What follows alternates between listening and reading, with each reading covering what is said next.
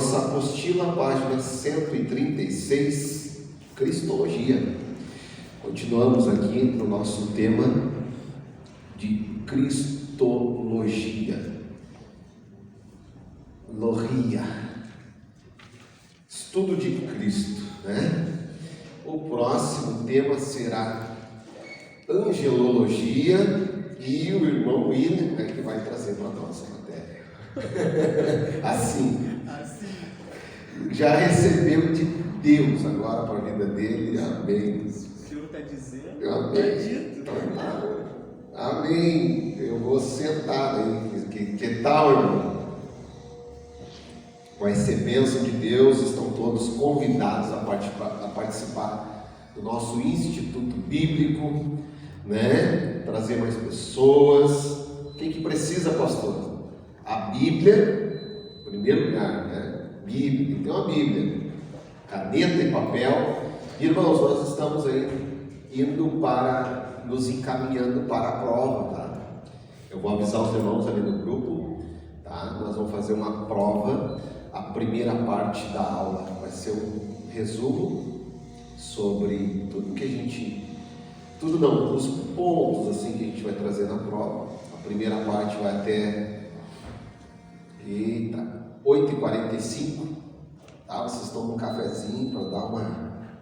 E a prova objetiva, 26 questões, valendo 10, né? Dá 1, alguma coisa cada. Tirou 5, dá glória a Deus. Nós vamos corrigir no mesmo dia, tá? Vai ser uma noite maravilhosa, abençoada aí, né? Tem certeza. O irmão Paulo já fez várias provas, né? Já. Passou em todas. É tranquilo, né, irmão Paulo? Conta para eles. É tranquilo. Perguntas que foram feitas na aula, tá? Então não tem por que se assustar. Lá na nossa página 136 da nossa apostila, nós temos a vida adulta de Jesus. Esse tema também é importante, também é relevante. A gente vem numa cronologia, né, de fatos, de acontecimentos a respeito de Cristo. Quem me ajuda aí? Como que se deu essa cronologia? Nós aprendemos lá, em primeiro lugar, sobre a pré-existência de Cristo. Lembram que Cristo estava com Deus, né? Desde a criação, que Cristo apareceu no Antigo Testamento, olha aí, né? Que Cristo se manifestou, que tudo era tipo, era figura, era sombra, tudo apontava para Cristo. A gente ainda estava numa reunião aí, falando sobre o painel, no dia 5 de setembro, vamos falar sobre a suficiência de Cristo, e a gente estava falando que Cristo é a palavra, né? E que tudo apontava para Cristo. É exatamente o que a gente vem discorrendo no nosso estudo bíblico de Cristologia. Tudo no Antigo Testamento os irmãos não sabiam, os patriarcas não sabiam, Adão e Eva não sabiam, mas Deus já falou para eles: vai nascer um que pisará a cabeça da serpente. Esse era o próprio Cristo. Então os patriarcas não sabiam, tudo era tipo, era figura, tudo era sombra, né? E havia aí, mais ou menos, vamos utilizar uma palavra, um mistério, né? Tem gente que adora falar, né? Mas Paulo depois fala que o mistério da reconciliação, até outra palavra, me ajude aí, os teólogos de plantão. O mistério foi revelado, né? E esse mistério todo aí, que eu já vi alguém fazer uma interpretação equivocada nesse texto, né? Esse mistério é quem? É o próprio Cristo. O rolo já foi desenrolado. O rolo dos pergaminhos, dos escritos, foi desenrolado. O véu se abriu de alto a baixo, em todos os sentidos, foi descortinado, né? E nós temos aí no Novo Testamento um único tema. Claro que em toda a Bíblia nós temos um tema. Quem é que sabe? De Gênesis até Apocalipse. Quem fez bibliologia aqui? Levanta a mão. Hoje os irmãos tiveram com frio, não sabem, não vieram para a aula, né? A maioria.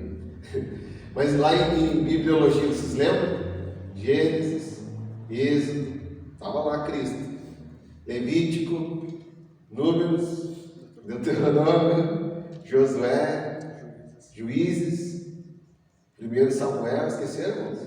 2 Samuel, 1 Crônicas, 2 Crônicas, 1 Reis, 2 Reis, Esdras, Neemias e Esther. Ih, rapaz, agora me ajuda com o resto. E etc. Eles sabiam na ponta da língua, né? Esdras, Neemias, Esther. Depois vem os cinco profetas, não, acho que os poéticos.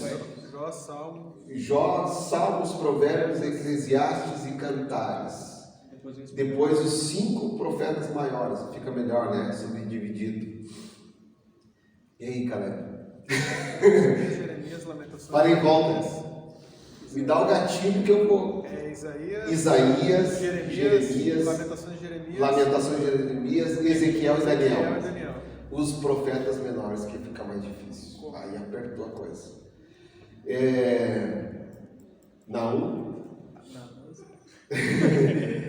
Abacuque, Sofonias, Ageu, e Zacarias e Malaquias. Terminou. São 12. O Novo Testamento todo mundo sabe, né? Sim ou não? Primeiro, pelo menos até a Coríntios, vocês me acompanham? Mateus, Marcos, Lucas, João, Atos, Romanos, 1 Coríntios, 2 Coríntios, Gálatas, Efésios, Filipenses, Colossenses, 1 Tessalonicenses, 2 Tessalonicenses, 1 Timóteo, 2 Timóteo, Tito, depois de Tito, Filemão, Hebreus. Ih, rapaz. Tiago. 1 João, 2 João, 3 João. 1 Pedro, 2 Pedro. Judas e Apocalipse. Glória a Deus. Nós tínhamos que saber, né, gente? E estas palavras que hoje te ordeno, tu assim cumprirás. Amém? Essa é a Bíblia Sagrada. Quantos livros? Quantos do Antigo? 27. E o Novo Testamento? Não pode? Não fecha? 66. 32 no Antigo. 27 no Novo. Isso. Tá certo? 27 no Novo. São 66 total. O irmão que é bom em matemática. Eu sou bom em história e geografia. Acho que está faltando 2. São 26 no Antigo e Não, é menor. E, gente, em todos esses livros tem só um tema. E o tema é Jesus Cristo de Nazaré. Do Gênesis ao Apocalipse, a palavra de Deus está nos norteando, ensinando. Olha só, isso aqui é só para dar uma refrescada na memória dos alunos de biologia. 27 e 39. 27 no Novo. 27 e 39. Depois que nós falamos aqui sobre os magos do Oriente, que lá no presépio os magos não estavam lá, que os magos visitaram Jesus já em casa, levando o quê? Ouro, incenso e mirra. Nós aprendemos que aquele presépio natalino está equivocado. Nós aprendemos que os magos do Oriente não são reis, não são os 3 reis magos, foram magos do Oriente, guiados por uma estrela, mas eles vão agora na casa de Jesus. E em Nazaré, sua residência, onde fixou residência José e Maria. E eles levam presentes para ele. E a infância de Jesus foi a última aula, lembra? Estava aqui agora, né? A infância de Jesus, a gente leu lá em Isaías. Qual era o alimento? Quem lembra? Coalhada e mel. Coalhada e mel. Sustância. Sustância, diz o irmão aqui. Os gaúchos era só tutano. Era só tutano. Isso nós falamos sobre a infância de Jesus. E o certo é, irmãos, que a palavra de Deus ela não traz uma ênfase. Nós vimos ali que há pouca informação a respeito da infância de Jesus. É um assunto importantíssimo, relevante, que nós não podemos levar para uma extremidade ou para outra. Por quê? Aí, quando nós damos ênfase à infância de Jesus, a gente desmistifica tanta coisa que no passado, no caminho, se falou de forma errada. Nós entendemos que em todo o tempo, Jesus é 100% homem e 100% Deus. Como explicar isso? Muitos não entendem isso, muitos não compreendem isso, muitos escritos e relatos equivocados sobre isso. Porque se dizia que, por um lado, esse Espírito de Deus tomou a vida de Cristo com 30 anos e com 33,5 acabou. Ali ele foi Deus. No entanto, a palavra de Deus não nos diz o contrário, mas diz que ele era Deus em todo o tempo, mas que ele teve uma infância normal, natural. O texto de Isaías que nós lemos diz que ele comia coalhada e mel. Era uma profecia a respeito do Cristo menino. Ali está o profeta messiânico, mas não traz muitos detalhes. E o resto, o que vier além disso é da mente humana. O que vier além disso, depois disso, é por tua conta, é por minha conta, é por nossa conta. Eu estava falando com os irmãos aqui, que eu já estava com a mente na aula, né? Hoje, pesquisando, estudando, até o irmão fez referência, o irmão Rogério fez referência na aula passada, algo interessante, sobre os livros apócrifos, né? Que falam de Cristo. Os livros apócrifos são os livros que não estão aqui, entre esse cânon fechado de 66 livros, não tem como explicar isso agora, mas são livros que têm uma certa, como é que a gente pode dizer? Uma certa relevância, né? Mas que por algum detalhe eles foram tirados do cânon, ou seja, não foram nem inseridos, né, no cânon. E hoje eu comecei a perceber, porque hoje tu tem acesso a livros apócrifos pela internet. Dá para baixar em PDF. É legal, gente. Estudem.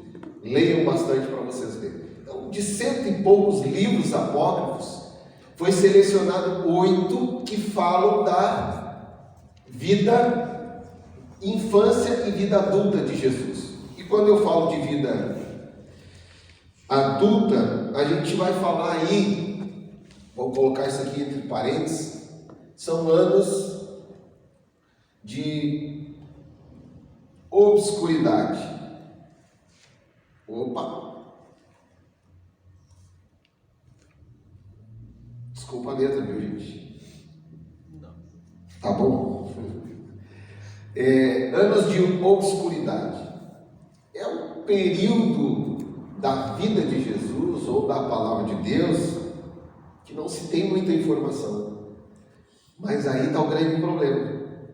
Quando não se tem muita informação, tem muita imaginação. O que mais? Axiologia. Especulação. E vai. Então, entre os livros apócrifos, tem coisas assim que são extraordinárias. Deixa eu ver se eu me lembro de um livro que eu li hoje, um trechinho, sobre não sei o que da Arábia. Tem o outro evangelho de Mateus, tem outro evangelho de Tiago, lá também esses falam da vida adulta e infância de Jesus, que não entraram no cânon sagrado. E aí eu comecei a perceber, tá aí por que não entraram também. Tem cada relato que Jesus ressuscitou passarinho. Isso. Tem um relato que Jesus estava na escola e uma criança deu um encontrão nele, ele amaldiçoou essa criança morreu. Isso nos livros apócrifos. Tem relato que Jesus, olha só, isso está nos livros apócrifos, não é invenção minha, viu, gente? Eu tive acesso, eu tenho eles aqui no meu celular. Que Jesus, se ele não orasse no momento do alimento, a família toda não orava. Se ele não sentava na mesa para comer, ninguém da família sentava. Preste atenção nisso. Quando Jesus parava de orar, José parava de orar. Então tem tantas informações para vocês terem uma ideia que estão nos livros apócrifos, que eu creio, eu creio que foi assim, uma ânsia em querer saber desse limbo, desse momento de obscuridade, que vai aí, a gente tem, vou botar aqui a linha do tempo, né, um pouquinho, o nascimento, vamos chamar de Natal, bem, 0, eu sei que se conta depois, né, mas... Ano 4. Pode ser, não me causa problema, irmão. Não me arruma luta. Não me arruma luta. Vamos botar aqui 12 anos. Ó, esse é um tempo. Olha a nossa máxima aqui. Fala quando a Bíblia fala e a gente se cala quando a Bíblia se cala. Então, com 12 anos, a gente tem informação bíblica sobre isso. E depois eu tenho um período, irmão Paulo, meu tesoureiro, meu matemático, até os 33, gente, eu sou ruim em matemática mesmo, é sério. Não, até os 30 anos. Quantos anos dá? 18 anos. Então, a gente tem um período, vamos chamar aqui, ó, esse período aqui, ó, de obscuridade, tá? Vai dos 12 até os 30. E depois a gente tem um período, né, de 33 anos e 6 meses. Mais ou menos, não dá para cravar, né? Ser taxativo. É só para nós ter uma ideia, tá? Aqui. É claro que a linha continua, ele é eterno. Glória a Deus. Aleluia. Ele é sem início de dias, sem fim de dias, sem genealogia. Ele é Deus. Eternidade, pretérito perfeito. Nem sei se é isso. É mais ou menos isso. É pretérito perfeito, é perfeito. Uma vez um conhecido meu disse: rapaz, vocês dedicam a vida de vocês para um cara, segundo ele, né? Para um cara que viveu 33 anos só. Eu digo, aí é que está o teu equívoco. Ele não viveu 33 anos. Ele já vivia antes e ele vive ainda. Glória a Deus, aleluia. Amém. Ele não... Ele até foi bom, né? Viveu 33. Ele podia dizer, não, só viveu 3 anos e meio. Só o ministério foi 3 anos e meio. Tudo que nós conhecemos de Cristo, todas as informações que nós recebemos de Cristo, toda a relevância em cima de Cristo, a história antes de Cristo, depois de Cristo, está aí nos livros de história do mundo todo. 3 anos e meio. Glória a Deus. 3 anos e meio que João ainda relata que se fosse colocar em livros tudo que ele fez, o mundo não... O próprio Evangelho diz isso. Não se contabilizaria em livros, a própria Bíblia diz isso, né? Nós não teríamos como colocar. E outra coisa que é relevante também, além desse período tão pequeno e tão relevante, eu vi alguém falando, vocês têm aí algumas Bíblias, tem lá, no final da Bíblia ali, um pouquinho de geografia, né? Bom que gosta, trancou a faculdade de geografia, vai voltar pela fé, né? Está retornando. Então, ali vocês têm um pouquinho do período, dos quilômetros que Jesus caminhou, percorreu. Era necessário passar por Samaria, ir para um lado. ia para o outro, ia para um lado, ia para o outro. Aí tem ali a distância, né? De Jerusalém até tal, tantos quilômetros, de não sei o que até tal. Gente, se tu contar tudo, toda a caminhada de Jesus não dá 200. Pasmem. Se eu não me engano, são 121 quilômetros. Não dá 200 quilômetros. E ele foi tão conhecido. Ele foi tão relevante. Tem gente que pega avião, anda para um lado para o outro, anda o mundo inteiro e ninguém sabe. E Jesus percorreu muito pouco. Viveu pouquíssimo, jovem, mas um ministério com tão pequeno tempo, no entanto, ele era Deus. E num espaço, e nem é quilômetros linear, né? São de ida e volta. caminhos repetidos num espaço geográfico ínfimo, perto do mundo inteiro. Sobre esse mistério, dos 12 aos 30 até é compreensível especular a respeito da vida de Jesus. Mas do 0 ao 12, se quiser saber o que ele viveu, vê o que as crianças judias faziam do 0 aos 12. Que ele era uma criança normal, eles estudavam provavelmente, não trabalhava até essa idade, mas era basicamente dedicado ao aprendizado da palavra, das leis. Isso por inferência dentro de um estudo acurado dentro do judaísmo, né? Perfeito. Era por lei, eles tinham que saber até os 12 a Torá. Terem que conhecer, né? Tinha que recitar ela, né? Então, um pouquinho da infância a palavra de Deus fala. Agora, meu irmão, perdão, deixa eu contar. Nesse período da obscuridade, foram 100 e poucos livros que foram tirados fora, vamos colocar. 8 falam desse período. E quem escreveu esses livros? Pois é. Então, Foram pessoas comuns ou foram... irmão, deixa eu tentar explicar um pouquinho, irmão. Isso vai ser melhor explicado no painel. Nós vamos falar sobre a suficiência da Escritura. Mas eu vou tentar explicar, porque a pergunta é boa. Porque eu estou falando, né, de uma coisa que é relevante. Os livros apócrifos, eles são livros que, vou citar assim, teve alguns concílios, né, muitos homens de Deus, homens estudiosos, pesquisadores, enfim, de várias eras. Acho que esses concílios foram 2 grandes concílios, né? Os maiores foram 2, né? Porque teve mais, né? É por questão de duração de tempo. Resumindo, uma reunião. Pode falar, irmão Rogério? Me ajuda. Sobre os livros apócrifos. Isso. Se a gente voltar um pouco lá no primeiro século, quando João ele recebe aquela revelação de Deus das cartas das 7 igrejas do Apocalipse ali, né? Naquela época já existia esses escritos, né? Que são os apócrifos, que são identificados como livros não inspirados por Deus. Um exemplo deles é o que? O livro de Enoque, o Evangelho de Enoque, enfim. Macabeus, enfim. E Baruque. Isso. Um desses livros até é citado, né, em Judas ali, o livro de Enoque.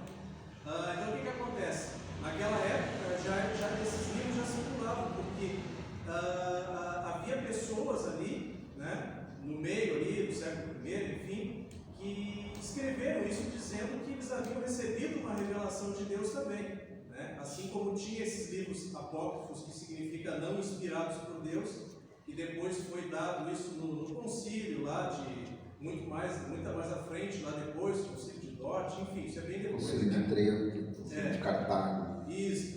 Então, esses livros já corriam nas igrejas. Tanto é que Paulo, o próprio João também, eles vão bater de frente com isso, escrevendo a respeito, por exemplo, o livro de João, que vai falar refutando isso, a ideia, refutando essas ideias, não só do gnosticismo que havia na época, mas também desses livros que corriam, circulavam dentro das igrejas, trazendo um falso ensino que depois, anos depois, vai ser refutado nesses concílios, aonde fecha o cânon e é a Bíblia que nós temos. Irmão, e depois de Cristo, e depois da era cristã, e depois que no nosso entendimento fechou o cânon, se continuou tendo escrito. Irmão, resumindo, o que é um livro apócrifo? Até para que, né, quem está ouvindo, assistindo, né, todos possam compreender. Vamos supor aqui, né, que a gente está em 20 pessoas. Cada um de nós escreveu alguma coisa sobre Deus, certo? Eu escrevi, o irmão William escreveu, a Ingrid escreveu, o David escreveu, o irmão Luciano, todos nós. Muito bem, todo mundo morreu, passou o nosso tempo, todo mundo vai morrer, passou o nosso tempo. Lá na frente, começaram a perceber, mas em que a Ingrid escreveu tem fundamento. Mas o que o Daniel falou não tem fundamento. Por quê? Porque foi feita uma análise no livro do Daniel. E se viu lá que tem alguma coisa que não fecha. Não é inspirado, não é divino. Não teve uma inspiração. Deus usou pessoas, homens normais, naturais, entretanto dotados de inspiração divina. E os apóstolos receberam essa inspiração para escrever. A palavra de Deus, o próprio Cristo fala com eles dizendo, e o Espírito Santo vos ensinará todas as coisas e vos fará lembrar de tudo quanto tenho dito. Para eles escreverem, depois eles escreveram. E vamos supor, o do Luciano também não foi aceito, o do Daniel também não. Mas o do Rogério foi aceito. E assim por diante. Mas isso teve anos de pesquisa, espaço de tempo de reuniões. Vamos pegar todos esses escritos agora, porque aqui tem coisa boa e tem coisa ruim.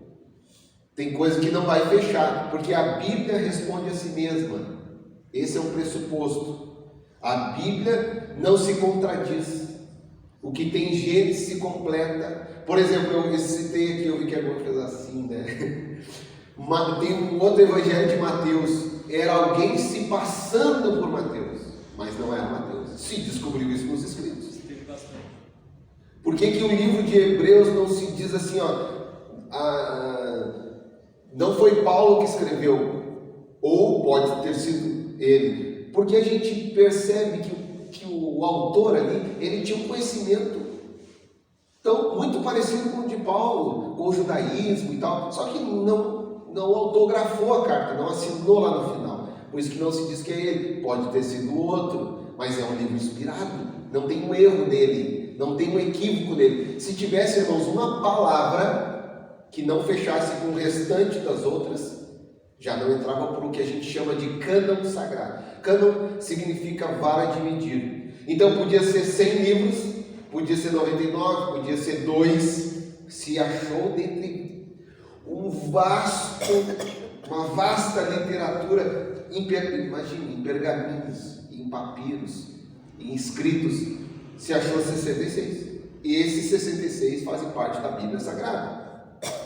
Os que estão fora, eles têm uma certa relevância, mas eles não têm autoridade, eles não são inspirados. Eles são livros, vamos chamar assim, de autores normais, naturais, porque esses foram dotados. Só existe um autor na Bíblia, gente. Só um autor, o Espírito Santo. São mais de 40 escritores, mas tem um autor só, que é o Espírito Santo. Se ele não fosse inspirado, não entrava para ele. Então, existem esses livros apócrifos que servem para nos dar, para pesquisa, para leitura, para comparações, eles servem. Né? E aí hoje eu vi essas aberrações. Por que eu falo que é aberração? Já te dou a palavra. Por que eu falo que é uma aberração?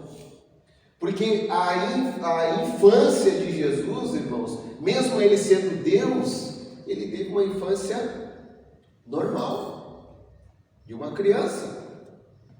O que a gente percebe que ele era Deus é nesse texto aqui. Vamos voltar para o texto agora, que era o mesmo texto da aula passada. Por isso que eu digo, é o único texto que a Bíblia tem que fala da infância de Jesus, ou da vida adulta de Jesus, ou que não fala. Então, nós não podemos falar quando a Bíblia não fala. Nós temos que se calar quando a Bíblia se cala. Então existe um limbo, uma obscuridade, existe um período em que a Bíblia não se preocupa em falar. É a mesma coisa assim, quer ver que é fácil de entender? Por exemplo, a Bíblia não se preocupa em explicar quem é Deus. Já notaram isso? Ela não se preocupa. Ela simplesmente informa. No princípio criou Deus. Ponto. Ela não se preocupa em trazer detalhes.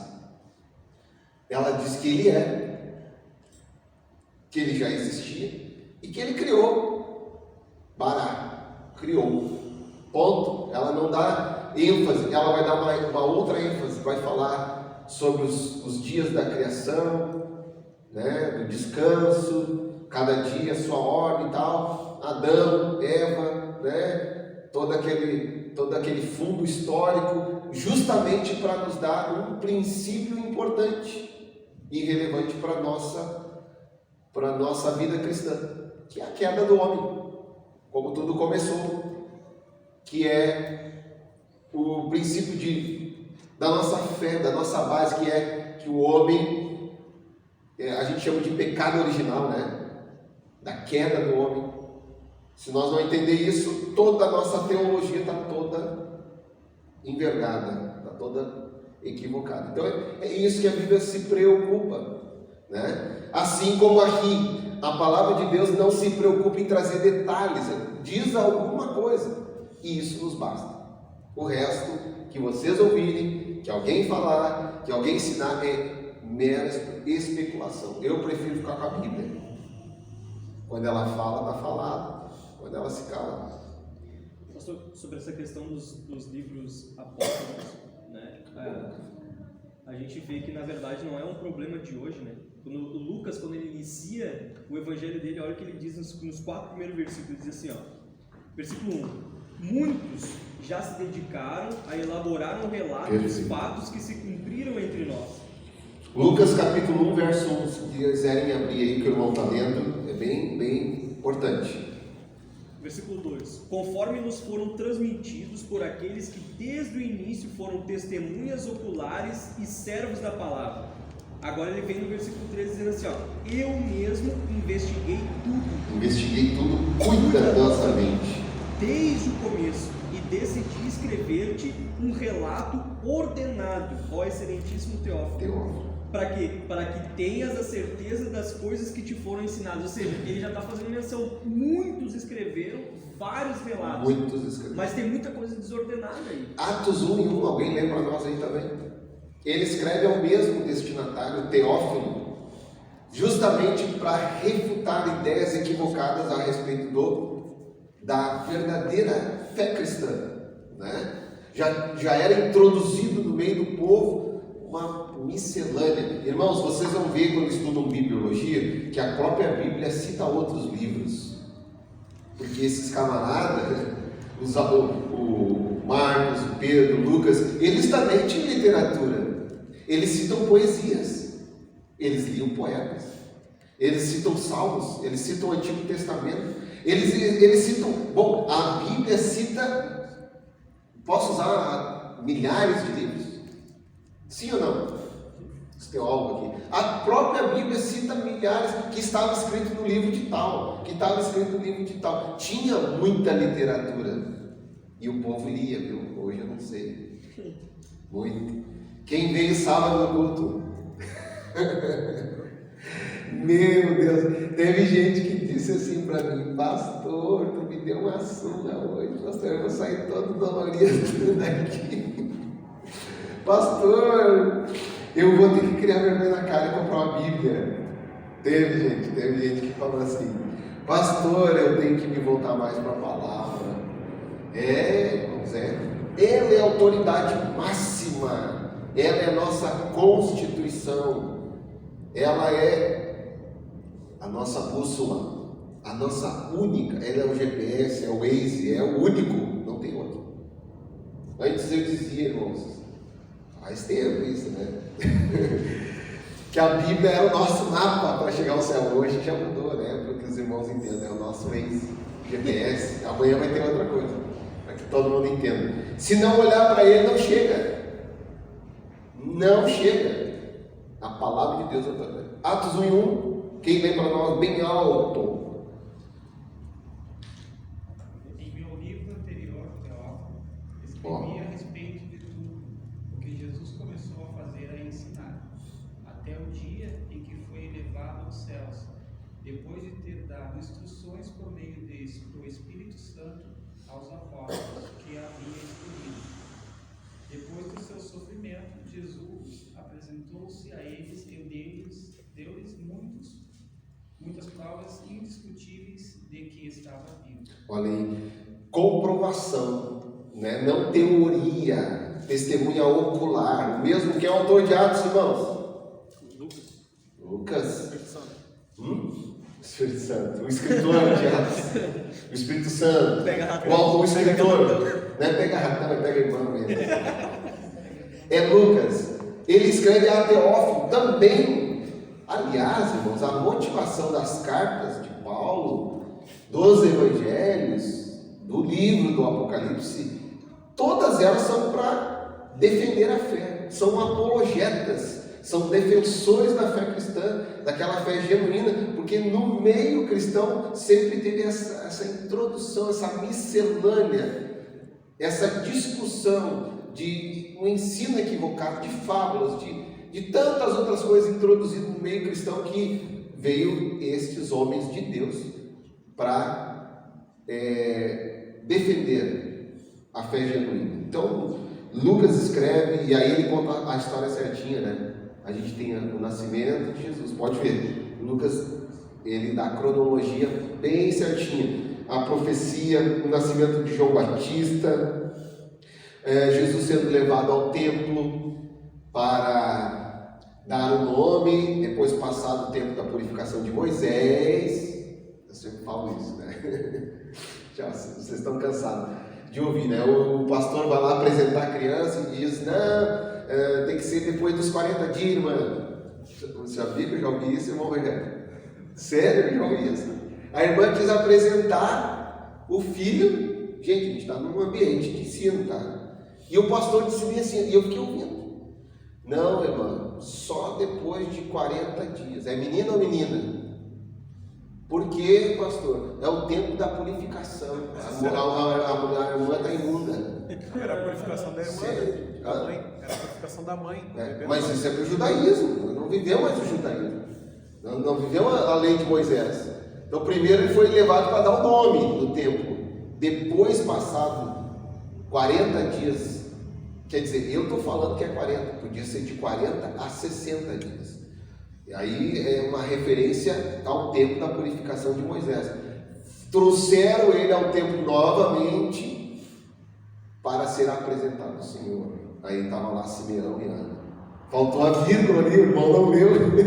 Né? Tem uma vírgula que muda todo o contexto.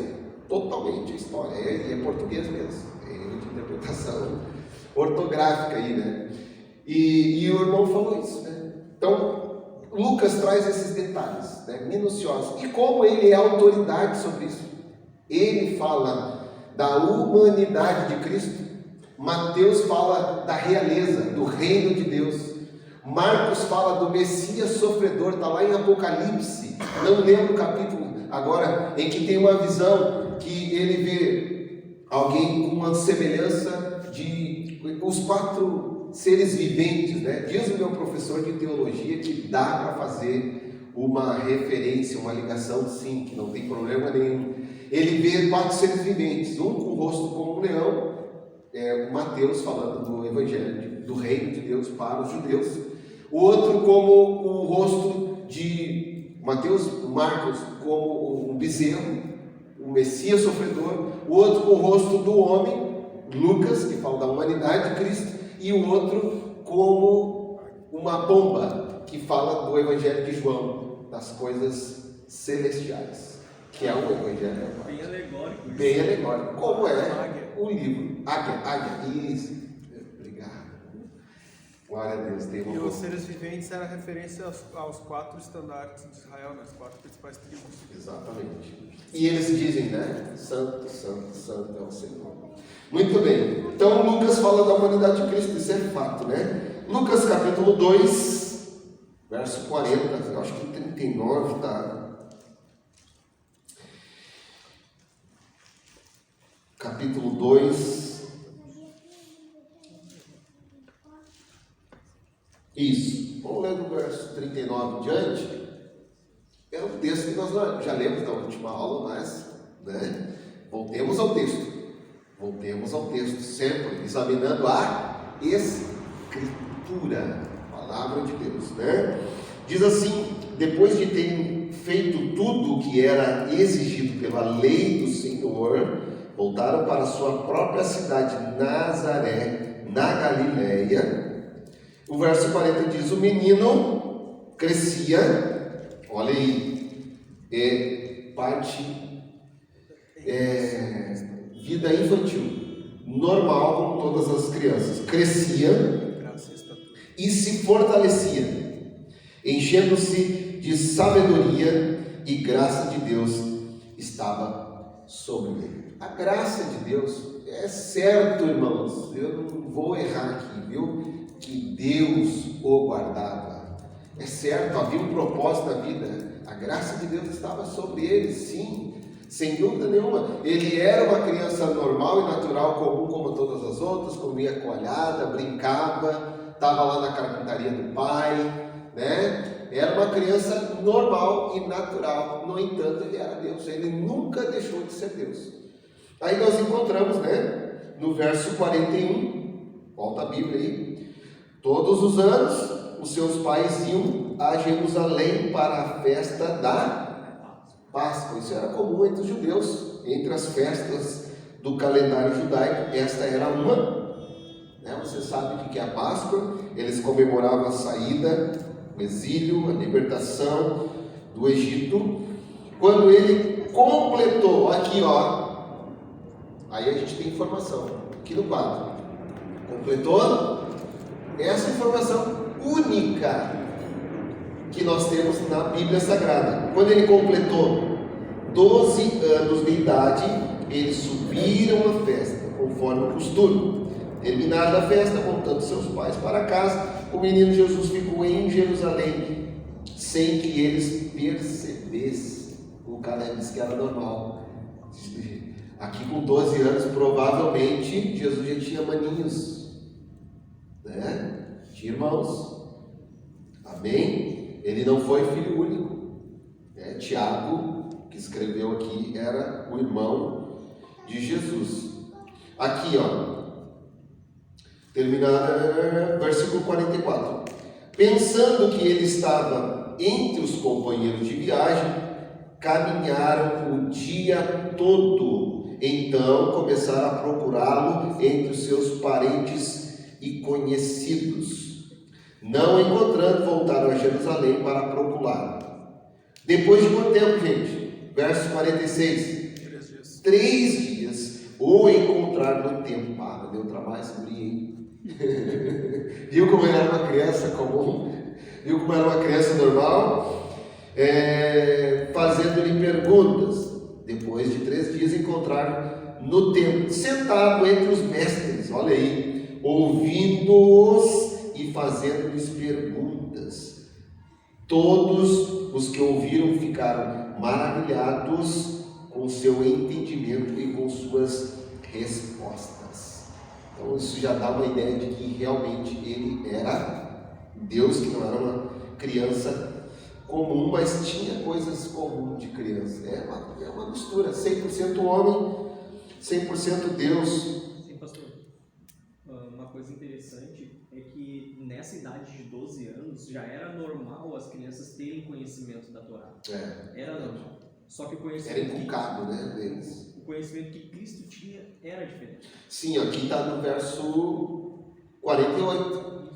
Essa que o irmão está falando, exatamente, irmão, o que tu está falando aqui, ó. Quando seus pais viram, ficaram o quê? Perplexos. Sua mãe lhe disse: filho, por que você nos fez isto? Seu pai e eu estávamos aflitos à sua procura.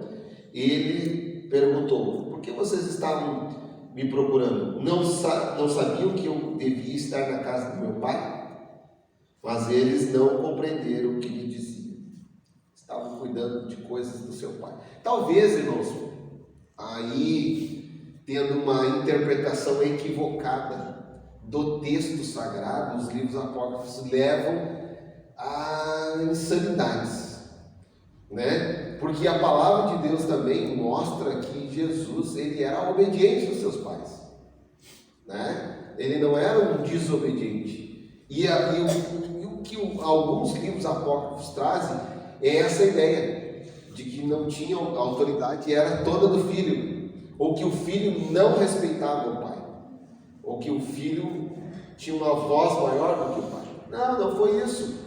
Ele simplesmente dá uma pista, vamos chamar assim, de que ele era Deus. No entanto, pergunta agora para vocês: José e Maria tinham ciência de quem era o filho? Para ti pode ser fácil, né? Tinham ideia, eles tinham ciência disso. Eles se maravilhavam que com 12 anos ele fazia aquelas perguntas, ele ouvia e respondia. Eles ficaram, dá uma ideia aqui de assustado, perplexos, diz o texto aqui na NVI, né? Tanto que quando acaba o vinho na festa de casamento, a primeira coisa que ela faz, baixa no meu filho e faz tudo o que ele mandar. Pois o próprio anjo, quando se apresenta a Maria, já manda chamar ele de Emanuel. Nascerá Na concepção. na concepção, isso, perfeito. O anjo vem, prepara os dois, né? Como agora o José, foi difícil, só um anjo mesmo, só uma mulher desposada, ou seja, virgem, fica grávida. Ele era noivo de Maria, e agora ela está grávida, gente.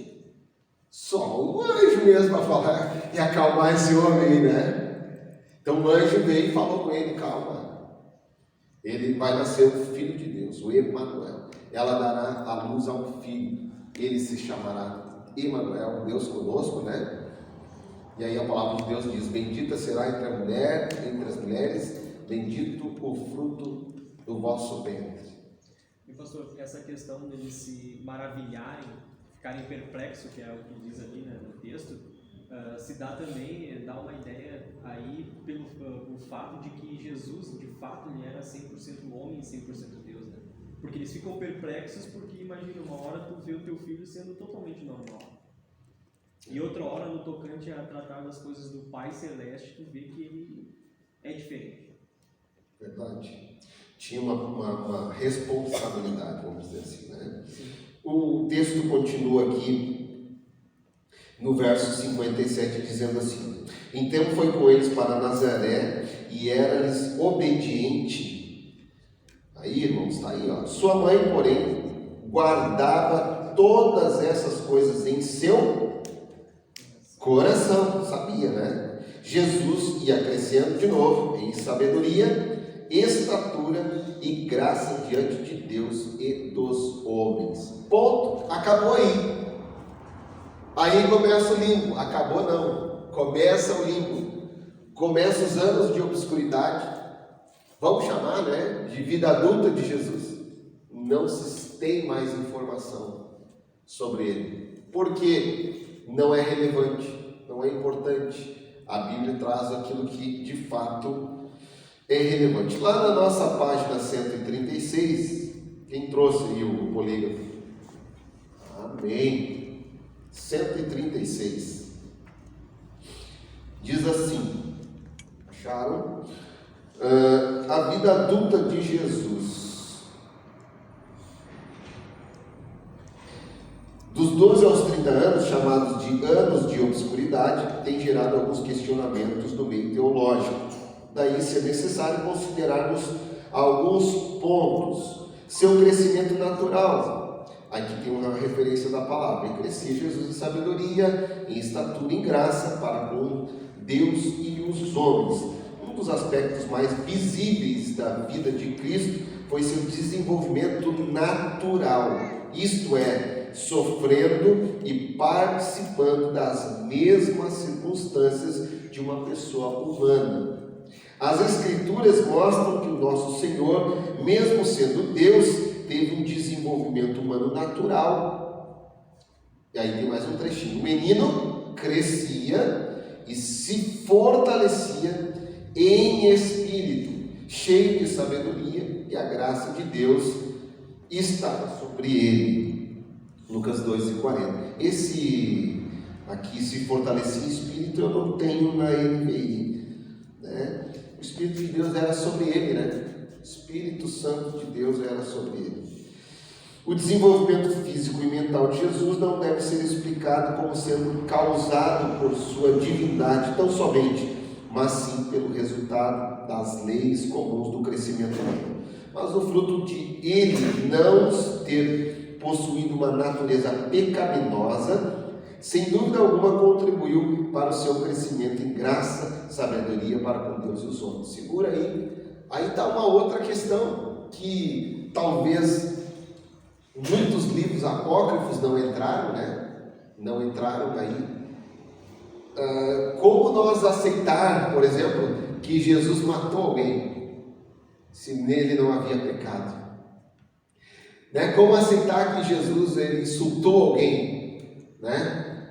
Já aí saiu fora do princípio inspirado, né? Não tem como aceitar. Ele não pecou, não se viu pecado sobre ele, nem em nenhum momento, nem quando criança, nem quando adolescente, pré-adolescente, adolescente, jovem, vida adulta, enfim, em toda a sua vida. Mas a Bíblia diz que Jesus se irou. Sim ou não, irmãos? Ireis, mas não pequeis. Irou ou não irou? Irou-se em seu espírito.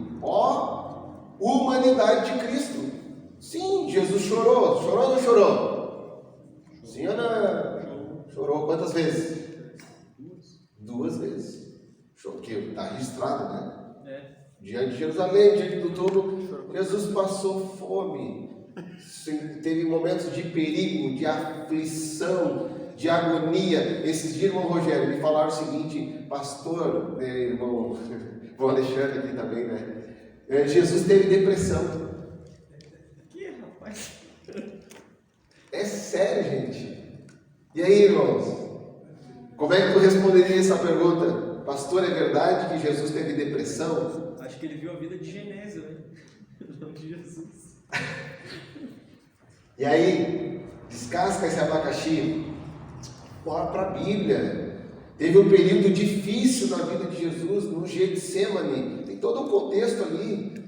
Suou como gotas de sangue. Uma hora difícil, uma hora morenta, né? Uma hora de agonia que precedia a crucificação. Imagina, irmão, tu vai ser crucificado, tu vai passar um momento de aflição, porque era na sua humanidade. Ele mesmo na cruz disse: Eli, Eli, lama sabachthani.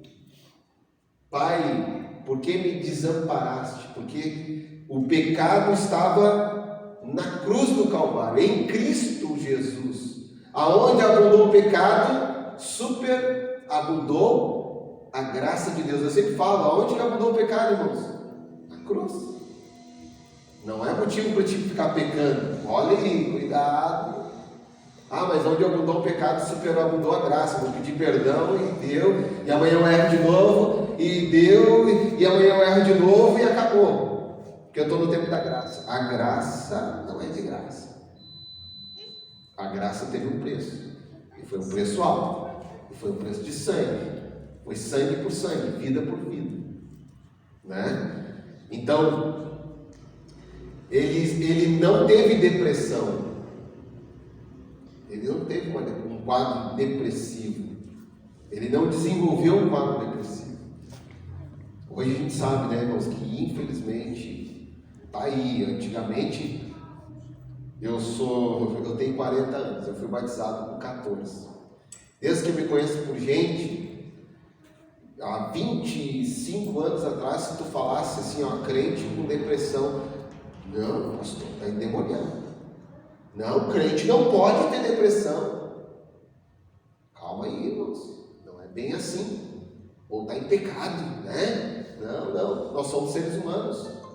E a depressão a gente sabe que tem uma causa, um problema mal resolvido, às vezes uma questão orgânica e uma série de outras coisas que pode desenvolver um quadro depressivo, tem que tomar cuidado com isso. Nós somos corpo, alma e espírito, nossa alma, sentimento, a gente tem que ter cuidado. Pode ser espiritual, né, mas também pode ser psicológico, mas também pode ser hormonal, pode ser orgânico, pode ter, enfim, uma infinidade. Mas a gente não pode ser ignorante. Aí entramos em duas questões, né? Jesus, como homem, ele adoecia? O corpo dele poderia ser tocado por alguma doença? Claro, naturalmente. E será que A Bíblia não fala, né? será que se considerasse aquele momento próximo à crucificação, será que se ele passasse por um momento, porque ele fala sobre que a alma dele estava, não lembro a palavra, A alma dele estava em profunda agonia. profunda agonia. Se caracterizasse como um momento de depressão, se não fosse uma depressão espiritual, mas uma depressão psicológica, só fortaleceria a humanidade de Cristo, né? O que não poderiam dizer que ele estava perturbado por algum espírito, alguma coisa, porque daí não faria sentido.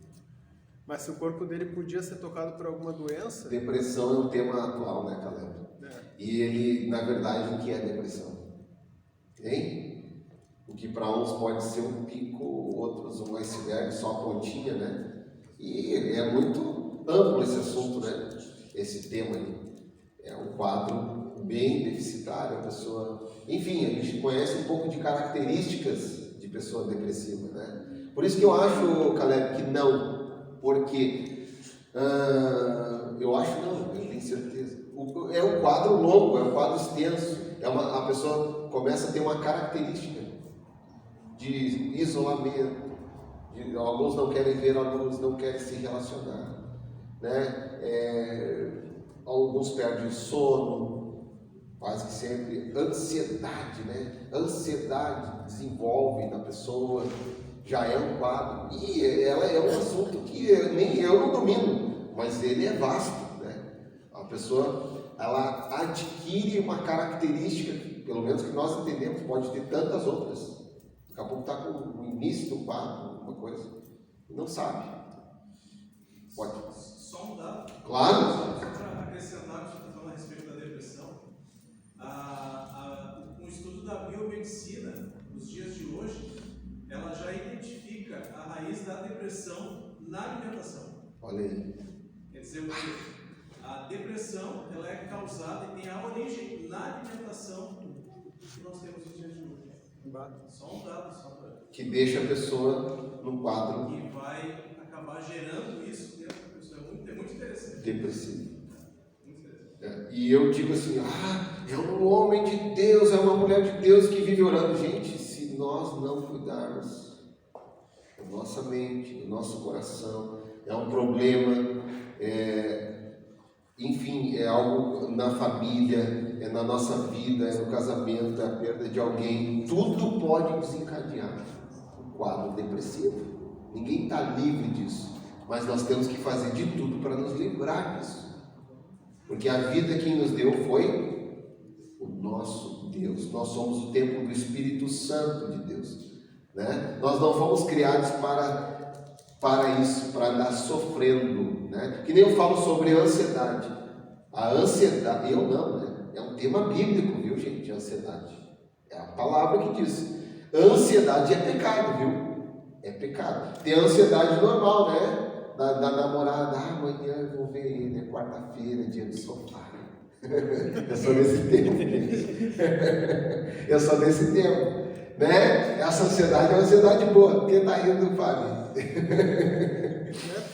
O príncipe encantado vai vir amanhã, né? Essa ansiedade é boa, né, irmão Alexandre? Mas quando a ansiedade te tira a alegria de viver, já é pecado. A Bíblia diz, não andeis ansiosa por coisa alguma. A palavra de Deus diz. Agora, quando essa ansiedade te tirou a alegria de viver, te tirou o convívio das pessoas, te tirou teu sono, lascou, já está pecando. A ansiedade é falta de confiança em Deus. A ansiedade é falta de fé. Falta de fé é pecado. Falta de esperança. Aí precisa orar um pouco mais. O grande problema hoje, nós vamos fazer só um comentário que é apropriado, viu? Está fugindo um pouquinho do tema aqui, mas é importante, né? A falta de oração mostra quem nós somos no dia a dia. O desespero, tantas outras coisas. Quando nós deixamos de orar, nós deixamos de agir pela fé. É tão fácil o homem natural renascer, o velho homem, a velha criatura. É aquela velha e boa história, né? De dois cachorrinhos, um tu alimenta com tudo que tem direito e o outro tu só dá uma aguinha para eles. 30 dias. No final tu bota os dois para brigar junto. Já sabe quem é que vai vencer, não importa nem o tamanho, é o que está fortalecido. Alimenta a tua carne só para te ver. Não alimenta o teu espírito, não ora, não lê a palavra de Deus, não vem no culto, não vem no estudo bíblico, não tem comunhão com os irmãos, não é igreja, vai enfraquecendo. Eu já notei uma coisa, viu? Olha aqui, pessoas que chegam na hora do culto e quando termina o culto voam, essas pessoas aí têm uma dificuldade de relacionamento até com Deus.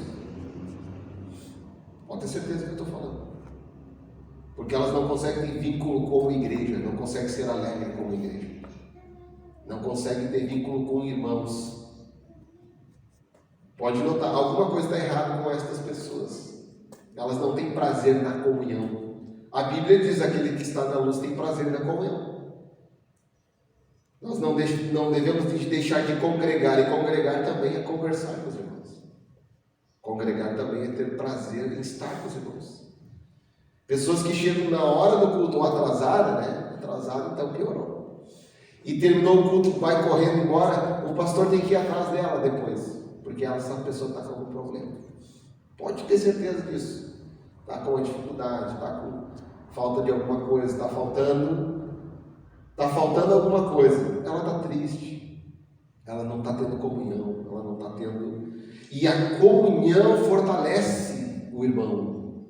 Ô irmão Luciano, dá um abraço, que bom te ver. Fica louco para chegar terça-feira. Eu gosto do estudo bíblico, né? Vou ver o pastor, vou ver os irmãos, vou ver a irmã, vou ver o irmão Caleb lá, não para de falar no estudo bíblico, glória a Deus, mas ele é uma bênção,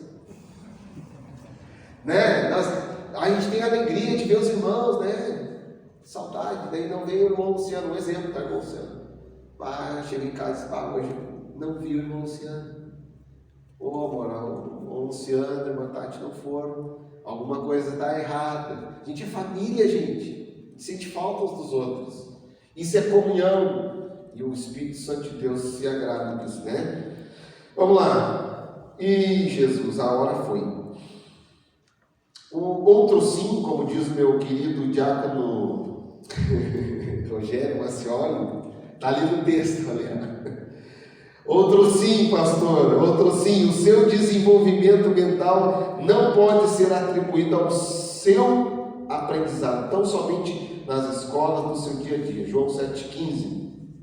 Deve ser atribuído também à sua educação em um lar piedoso, temente a Deus. Ele frequentava com regularidade a sinagoga, olha aí, Lucas 4,16, como também o templo, Lucas 2, 14, 46 e 47, sua familiaridade com as escrituras sagradas é percebida em Lucas 4, 17, parte B do versículo.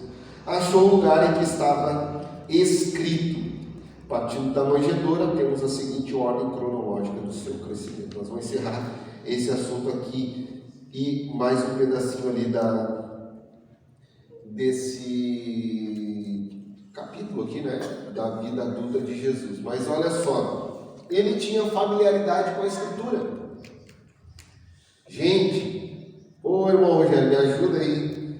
Ele achou o lugar em que estava escrito. Ô Caleb, me ajuda. Texto em hebraico, é texto maçorético, né? Da direita para a esquerda, tudo emendado. Rolo, gente, não é assim, ó. Abra a tua Bíblia comigo no capítulo tal. Tem capítulo e versículo para a gente achar rapidinho. Capítulo e versículo não veio com capítulo e versículo. Capítulo e versículo é para a gente ter um endereço. É do Rio Grande do Sul. Mas dentro do Rio Grande do Sul é em Alvorada, na Grande Porto Alegre. Lá em Alvorada é na Rua São Borja. E na Rua São Borja é no número 250. É mais ou menos isso que a Bíblia faz para nós. Ela nos dá um endereço. Mas achar naquele tempo aonde estava escrito isso, tinha que ser. Pegou? Tinha que estar todos os dias. E outra que se perguntar para um judeu sobre Jesus, ele vai dizer que era um rabino. Era rabino. Ele tinha acesso aos livros, aos rolos. Verdade. Era um rabino. E outra que quando a palavra ia ser Rabino é lida, mestre, né? quando a palavra ia ser lida no templo, anterior ao horário do culto, do ensino, eles separavam o texto para ler. E geralmente eram entre 2 ou 3 pessoas. E tinha um ajudador. Tinha que ter um em cada ponta do rolo, enquanto um procurava o texto entre os rolos. É mais ou menos assim, irmãos, aquilo que vocês vê, que a gente vê, né? Mais ou menos, viu? Guardadas as devidas proporções, está lá o texto. Era um rolo, enrola de um lado e desenrola do outro, né? Esse aí faz bem mais largo. Sim. É uns 30 quilos.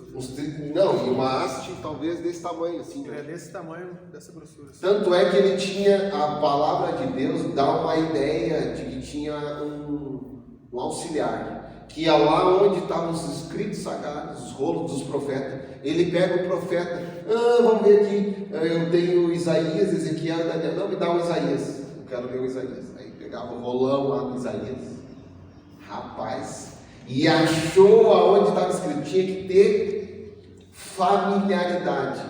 Jesus tinha isso na sua vida cristã. Vamos lá, agora o bicho vai pegar com os outros.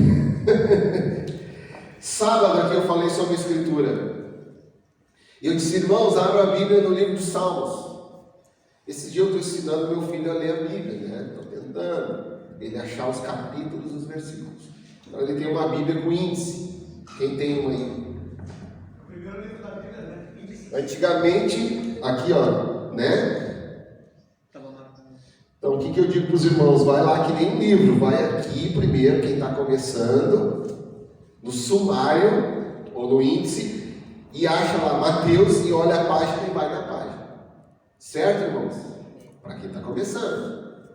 Mas daí passa 6 meses. Um ano. Gente, nós temos que ter familiaridade com a Bíblia. O Nicolas perguntou, pai, como é que tu acha os livros, capítulo assim, sem ter nada? Porque eu abro ela todos os dias. Todos os dias. Eu leio a Bíblia todos os dias. Todos os dias nós temos que ler a Bíblia. Eu tenho que saber onde está Ezequiel. Pelo menos que nem quando eu trabalhei numa empresa e eu tinha que dirigir muito, eu era muito cliente para atender, e alguém me disse uma coisa: Daniel, eu sou do tempo das páginas amarelas, irmãos. Rasguei lá e gravei. Eu sou desse tempo, não tinha GPS. E eu conheci Porto Alegre, de Porto Alegre, litoral, serra, tudo com páginas amarelas. Só olha onde é que está o Guaíba aí, bota para o lado certo. Só precisa saber onde é que estão os bairros. É verdade.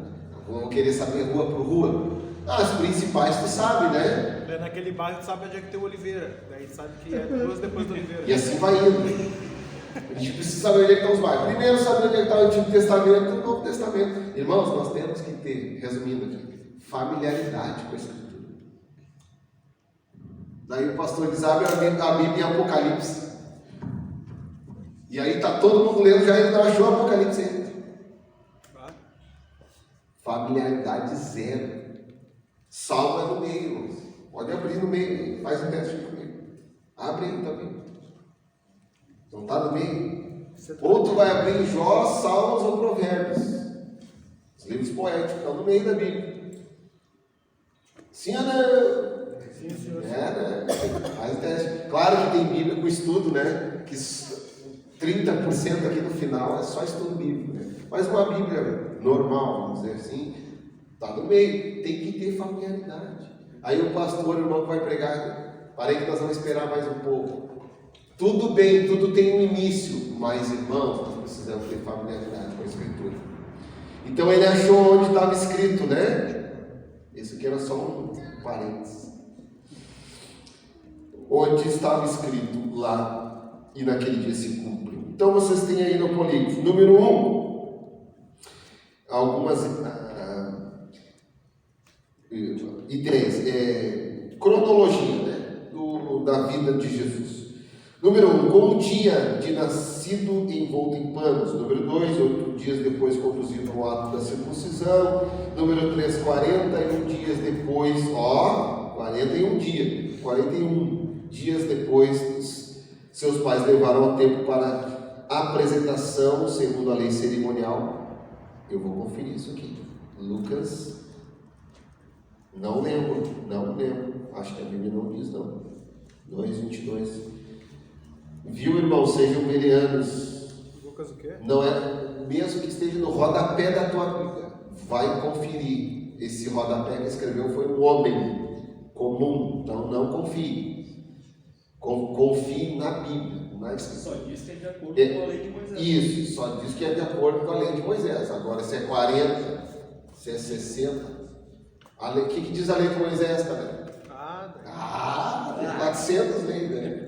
Mais de 400 leis, né? Para menino uma coisa, para menina outra.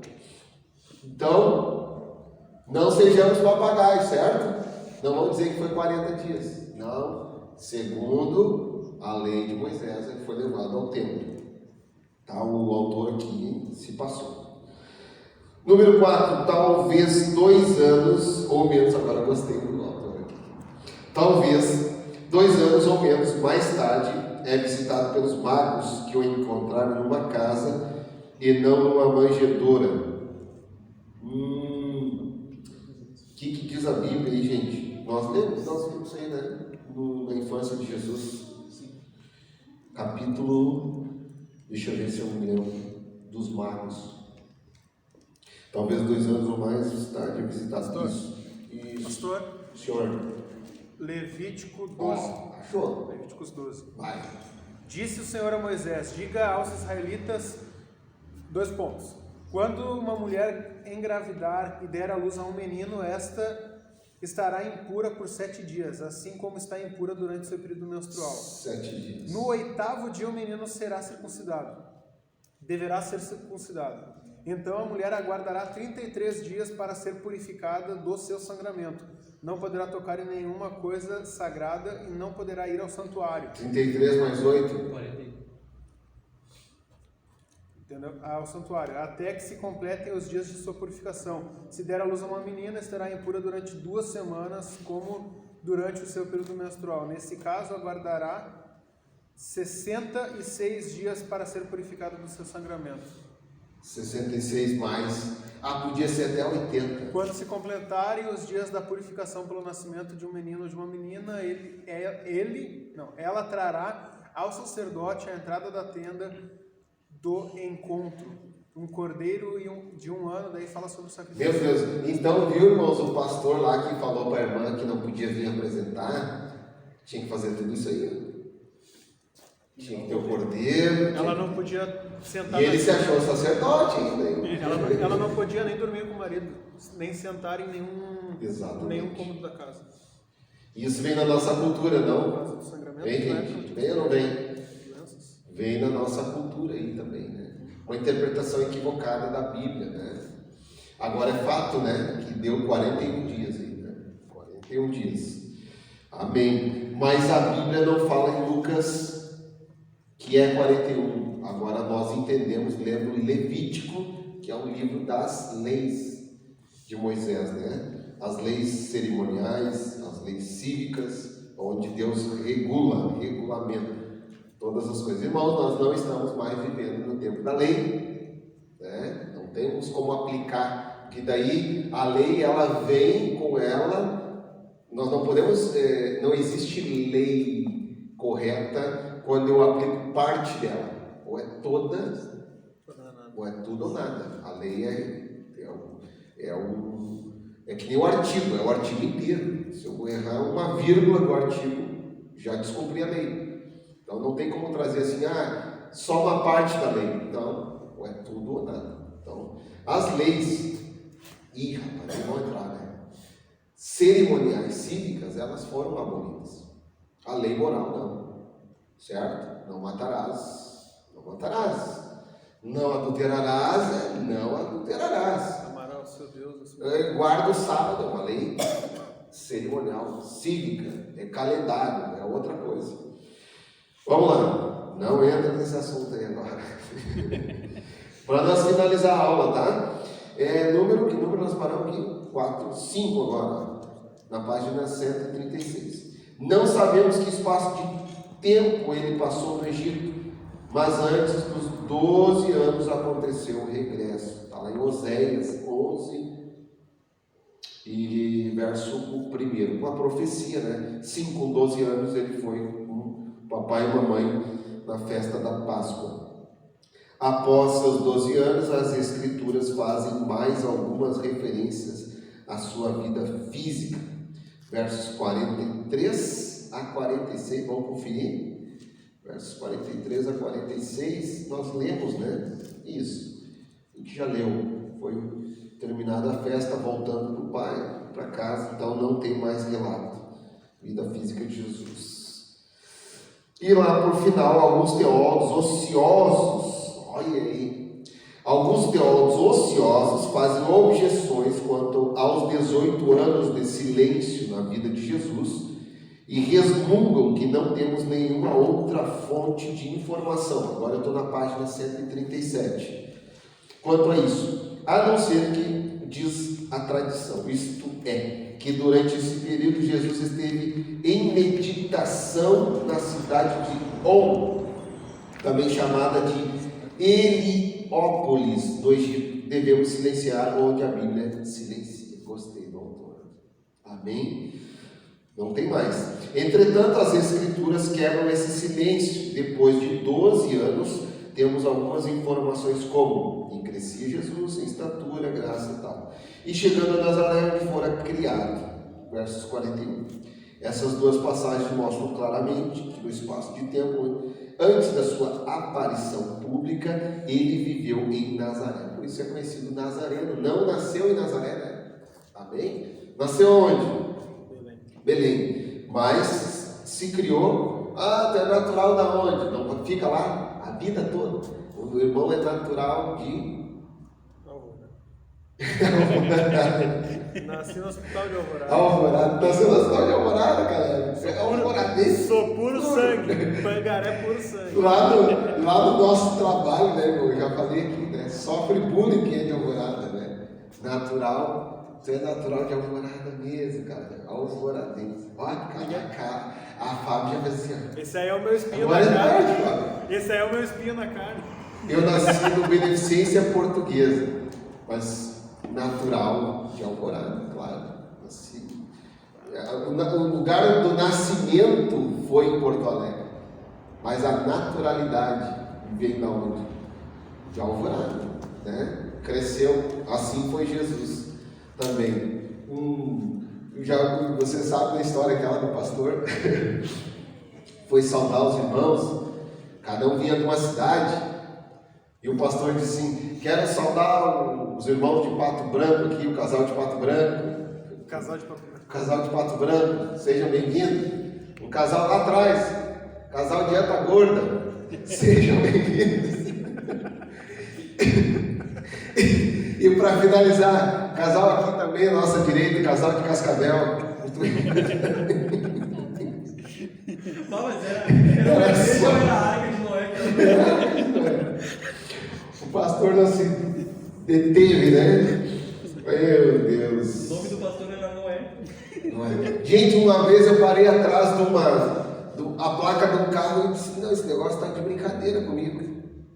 Nome da cidade, parece novo. Não pode. Eu li assim, né? Parece novo. Não, essa placa é. Mas eu olhei, não tem outra placa no carro, só tem essa placa. Tá de brincadeira comigo. Fui no Google, né? Parece novo. nome da cidade, interior do Rio Grande do Sul. Eita glória! É a cidade. Amém, irmãos? Finalizando aqui a vida adulta de Jesus, ali ó, vocês têm seu crescimento espiritual, não tem muito também, e crescer Jesus na graça para com Deus.